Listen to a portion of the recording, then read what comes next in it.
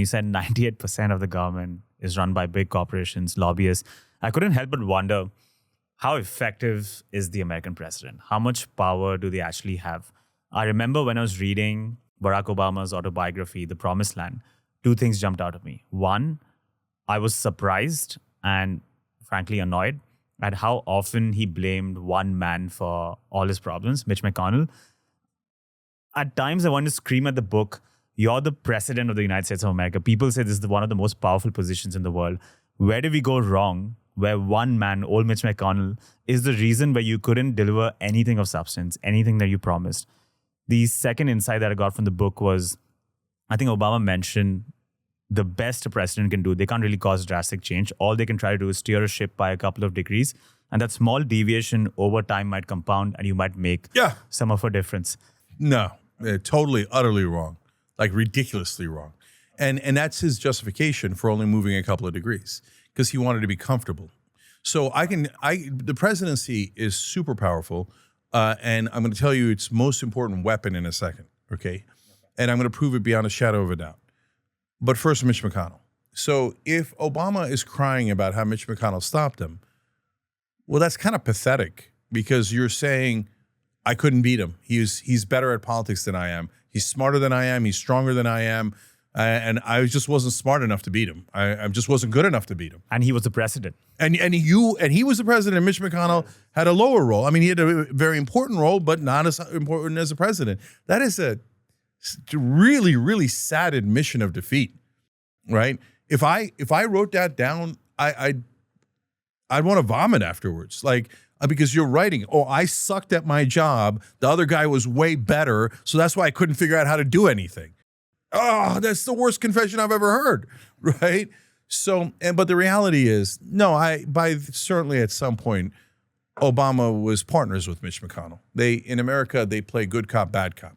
So where the Democrats are the good cop, and they're like, oh my God, American voters, we want to help you so much. And then the Republicans come in and go, no, we're going to cut all your money and we're going to give it to the rich. And then the good cop eventually goes, oh, there was nothing I could do. Mitch McConnell is so strong. So I had to give everything to Mitch McConnell. Oh, well, okay, I guess the rich and powerful get everything. So Obama sent Biden to negotiate with Mitch McConnell on the Bush tax cuts. Bush had these giant tax cuts, even bigger than the Trump tax cuts. But he couldn't make them permanent because it cost too much money and it was too unpopular, right? So while no one was looking, Obama sent Biden to negotiate with Mitch McConnell, and they came up with a deal where they made him permanent, something even Bush couldn't do. Right. And then the press was like, what? Obama's great, Bush sucks. Like, hey, are you guys not going to cover that they just made them permanent? So when Bush was trying to make them permanent, the press was like, oh, I don't know about that. I'm not sure, right? And then when Obama makes them permanent, they're like, brilliant job, great compromise. Way to be bipartisan. Love it, right? Because Obama's even more establishment. So it's a trick. It's a trick. He didn't disagree with Mitch McConnell. Like if Obama was here, he'd be outraged. He'd be like, what do you mean? I just lost to him because I'm an idiot. I don't know how to win, right? Brother, really? You don't know how to win? Okay, then I'll tell him, okay? And now it's too late, sad day, but I hope the next guy does it, okay? So the most powerful weapon that the president has is this right here, the microphone. It's not the pen, it's not bills, it's not anything. If you use the microphone, literally everyone in the world will quote you. And you could use it as often as you like. And you could be as aggressive as you like. So how do I know that that's going to work? It already has worked. His name is Donald Trump. So Donald Trump doesn't use it for good. He uses it just for himself. But whenever he wants anything, he grabs the mic and he goes, I don't like Representative Wilson. He said something mean about me. Eliminate him. Okay? And all of his voters rush out and vote against him in a primary and eliminate him. Why? Because Trump used the mic and asked people to do that. He keeps asking people to do things and they do it, right? He keeps making his case over and over and over again. And even if the case is ridiculous, he wins because he kept insisting on it. What did Obama insist on? Nothing. Nothing. The only thing he did was Obamacare. And Obamacare used to be called Romney Care because it was a Republican plan. Yeah. It was written by the Heritage Foundation, which is a right-wing think tank that Lewis Powell suggested that they set up. Yeah. And Heritage Foundation is also the thing that did Project 2025 that Democrats now despise. That's where Obamacare came from. Yes, our system was so broken and terrible that Obamacare was a slight improvement. But it's a corporate bill that says you must buy from the health insurance companies. You are not allowed to have public insurance. There was no public option. There was no nothing in that bill. So it took away some of the extremes that existed in the market. And then afterwards, Obama did nothing for 7 years, just sat on his ass. Oh, I moved the ship by 1 degree. Oh, I appointed some judges. Oh, I did a tiny environmental regulation. Oh, wow, look at that. I'm on that one. I moved it by 2 degrees. Oh, 200 years later, it'll be a big difference. No one, brother. Those are fairy tales you tell yourself, right? So if Obama wanted, okay, so here, let's do a super easy one. The next president, this president could do it. Any president could do it super easy. Paid family leave. Okay, it hasn't passed in my lifetime. So that's when moms have baby, they get, a certain amount of time off, usually 12 weeks, right? Every developed nation on earth has paid family leave. Have given Israel $300 billion. They have paid family leave, but we don't, okay? And almost every nation on earth, developed or otherwise, has paid family leave. Because everyone in the world said, yeah, if you have a baby, you need some time off with the baby. That's obvious, right? Here in America, we're brutal and barbaric, and we say, no time off. You get right back on the assembly line or go back into the coal mine. We don't care that you had a baby yesterday.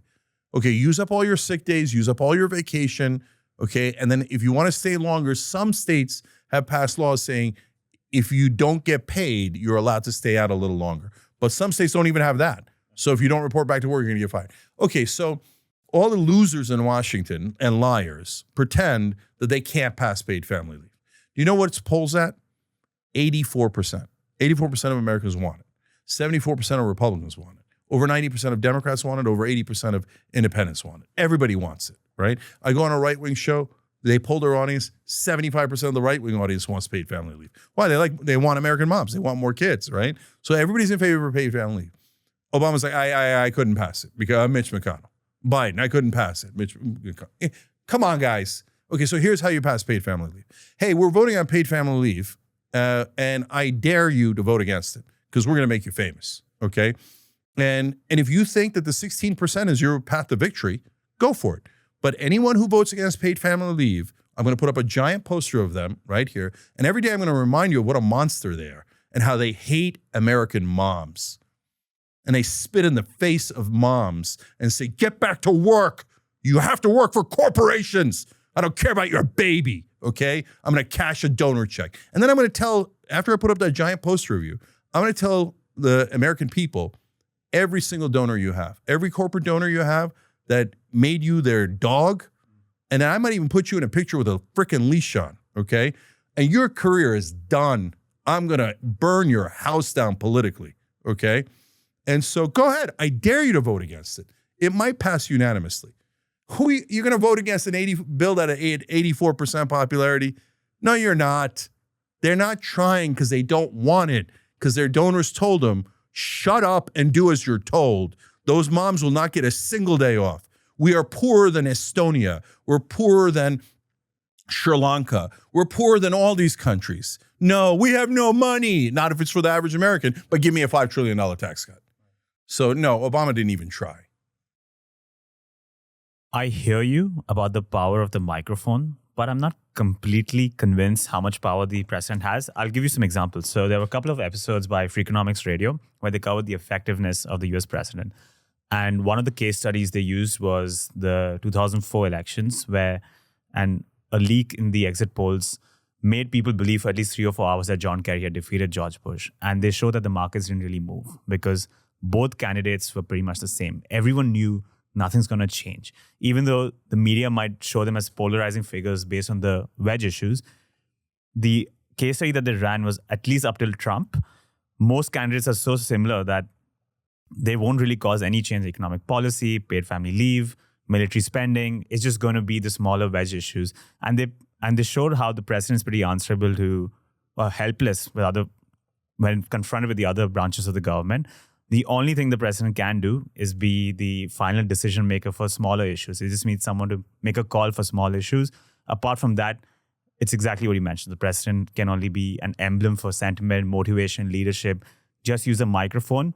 But you can't really go out against the big powers. You can't speak against the establishment, can't speak against the corporations. Yeah, if you're a coward. Yeah. And I mean, you can't speak, the ones who tried, like JFK, who tried to speak against the military industrial complex, had consequences. There's clearly some fear that's been put into place, and they value their life, which I don't fault them for. There's nothing they can really do. I do. I definitely fault them. So I think that analysis is totally wrong. So why the markets didn't move is not because the president doesn't have power. It's because George Bush and John Kerry agreed on almost all the policies. Barack Obama and Mitt Romney agreed on almost all the policies. Obamacare was Romney care, and then they ran against each other. Yeah. Right? And so even John McCain said he was dead set against Obama's healthcare policy. He was the deciding vote that kept Obama's healthcare policy later in the Trump administration, right? So this is all a mirage. It's all like this media concocted theater that they put on. That's why I talk about good cop, bad cop. John Kerry, oh no, he was very different than George Bush. Was he? Which way did he vote on the Iraq War? Oh, right, he voted with Bush. He voted for the Iraq War. And so did Biden, and so did Hillary Clinton. Huh. But, on tax cuts, they always let tax cuts pass. Every time the tax cut passed. There's the one thing that's guaranteed in American politics, that tax cuts for the rich are going to pass, period. Nothing else will pass, but tax cuts for the rich will pass endlessly, okay? And so they're getting their analysis wrong because it's the uniparty. They agree on the same exact thing. They're bought by the same donor class. They both believe in corporate rule. So if you, in terms of JFK, no, that was a different time. There really was a deep state back then. And the CIA was murdering world leaders left and right. And then we had this hilarious thing in America, like, well, obviously we can kill leaders in Latin America or the Middle East, but those same guys would never do it here at home. Why? Why do you think they wouldn't do it at home? Oh, well, I mean, that's sacred. Sacred to you, brother. It's not sacred to them. They want power, right? So, but these days, people aren't doing assassinations. No, they don't do physical assassinations anymore. They do character assassinations. Yeah. And so it's smart. It's the invisible hand of the market figured out a better way to eliminate your opponents. So when you shoot Martin Luther King, people want to do civil rights more, not less, right? But if you assassinate someone's character, then that smears the policy with the person, and then people want to do the policy less, not more. So that's why the mainstream media is constantly putting out hit jobs against any outsiders on the right or the left. So if they sense you're an outsider or a populist, the New York Times will be the first to attack you. CNN will be the second to attack you. And then depending on which side you're on, MSNBC or Fox News will finish you off. And then the Washington Post and everybody else will pile on. So, and what they'll do is they'll go look through your whole life. They'll try to find a needle in a haystack, and they'll pick out this little needle and go, Dan, that's what the guy's about. I found one bad thing. He's such a bad guy. Don't let him change anything. Don't let him change anything. Corporate rule is great. Oh, wait. They don't say corporate rule is great. Don't let him change anything. They just kill his character and destroy him and smear him until nobody wants to do the thing that he wanted to do. So that's why the mainstream media is the biggest weapon of corporate rule.